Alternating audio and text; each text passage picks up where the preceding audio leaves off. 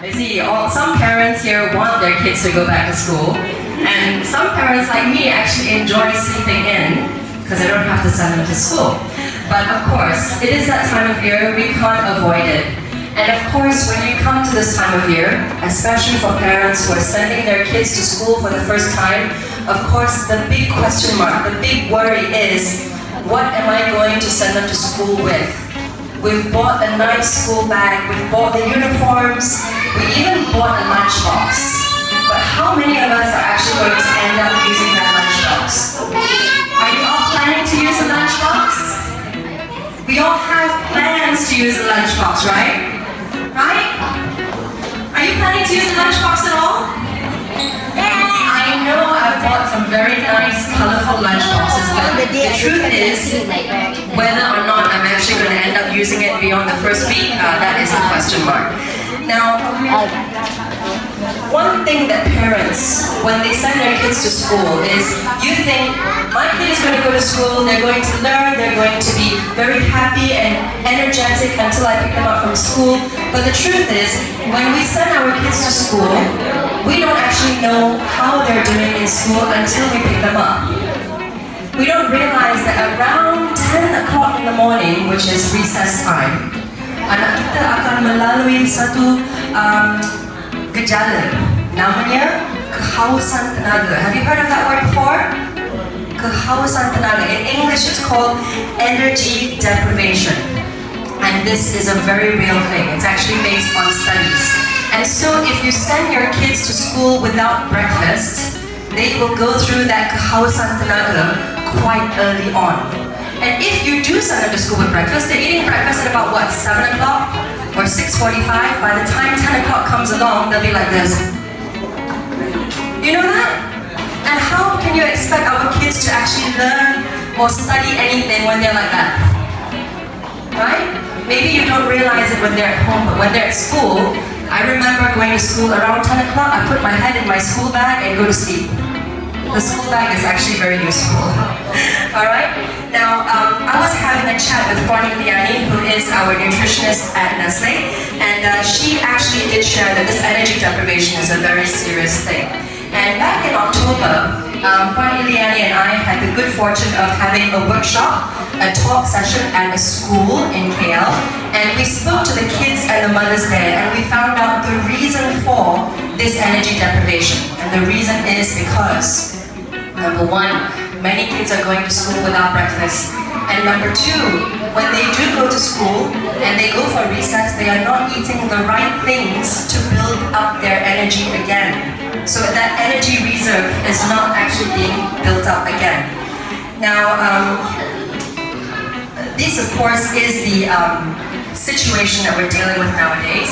But we are very fortunate today that that issue of what to pack for school, we are trying to resolve that here today by inviting over the members of the club Bento Malaysia, right? Kelab Bekal Malaysia ataupun Bento Malaysia, and we have them here to share with us more details about how we can actually make this packing for school effort a lot more easy. Now, how many kids? Your kids age 7 and above. Do you actually eat the food that your parents pack for you? Do you? They're very shy. Do you actually eat the food that your parents pack for you at school? I remember, this was quite some time ago, but when my parents used to pack food for me at school, I would actually go to school and quietly throw it in the bin. And then I would go to the school cafeteria and use my pocket money and buy that ridiculously oily mee goreng. Right? Okay? Part of the reason why kids do that, I think, is because when they open up their lunchbox, they're like, ugh, bread with peanut butter again? Right? So it's very good that we actually have Iman here this morning, who will be able to share with us how to make our kids change their perception towards their lunchbox. Now, without further ado, I would actually like to invite Iliani, who is our nutritionist from Nestlé. She is going to actually do a quick talk about what to expect, and then we will take some questions from the audience that she will be able to answer. So without further ado, please put your hands together for Puan Iliani. I want to do something. I want to put in a good habit in her diet, so you will have that motivation or momentum. Okay? And now you can see that Puan Yan has already put in the mihun. Mihun tu boleh tak kita masak malam sebelum? Biasanya memang masak pagi. Barang-barang So lagi semua persiapan untuk mihun tu kita buat malam sebelum tu. Lepas tu pagi biasanya kalau nak masak mihun tu berapa lama tu? Kalau dah siap-siap bahan semua dalam minggu sebelum.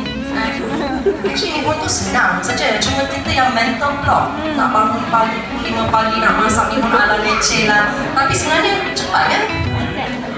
Lepas tu boleh bekalkan untuk suami juga. Imagine how much your husband will love you if you also send him to work with nice food. All of his colleagues will be jealous. Kalau lah macam all this noodle, macam mihun, mie kan, dia nak make it easier bila you bangun awal pagi, you punya kuah tu, you masak siap-siap malam, and then you jangan campurkan lagi dengan noodle. What happen is, kalau mihun, you soak dulu dalam bekas yang berasingan. Bila you bangun pagi tu, the first thing you masuk kitchen, you tampis dulu air.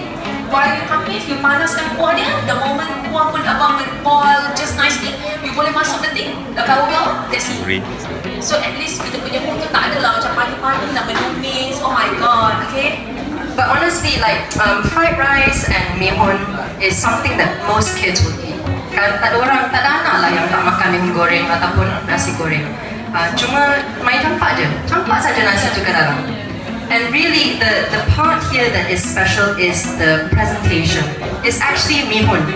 Anak nak pergi sekolah makan dekat kantin pun, when they go to the canteen, they're eating essentially the same thing, just that you know what you put into your mihun. You do not know what is going into the mihun in the canteen. But you know what you put in here. Less salt, more vegetables, no ajinomoto, all of that kind of stuff. And the presentation here is what makes it different from what they're going to eat in the cafeteria. And of course di sini kita boleh pastikan kita letak sayur, kita letak buah. There's even some nice, there's some telur dada, and there's some nuts as well, separated by vegetables. Because normally kalau dia beli dekat kantin, dia akan dapat this portion yang bihun aja. On this portion memang tak dapat lah. At least kalau you bekal macam ni, you know one day kita kena at least kita kena makan 3 serving of fruits, 3 serving of vegetables and 3 serving of fruits. Dia dah ada 2 serving kat sini. Okay?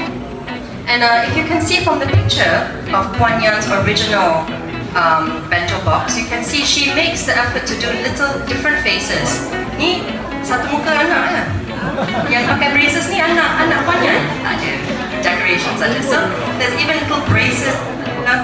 There's so much that you can do, and I think yang ni yang jadi fun buat mak kan. Ini sebenarnya mak yang enjoy. The little stars in the hair.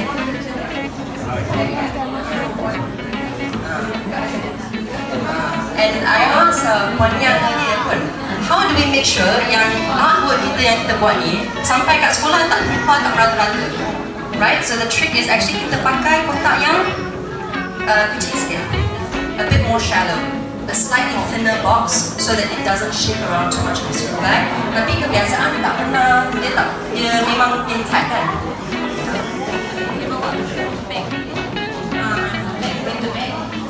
So they have a special bento bag that keeps the box upright, which is good juga. Bento bag tu dia ada macam insulation juga kan.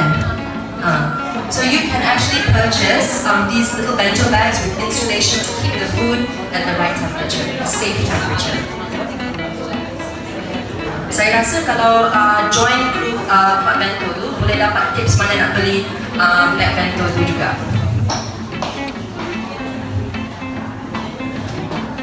Semua kotak-kotak ni boleh dapat kat mana-mana pun juga kan.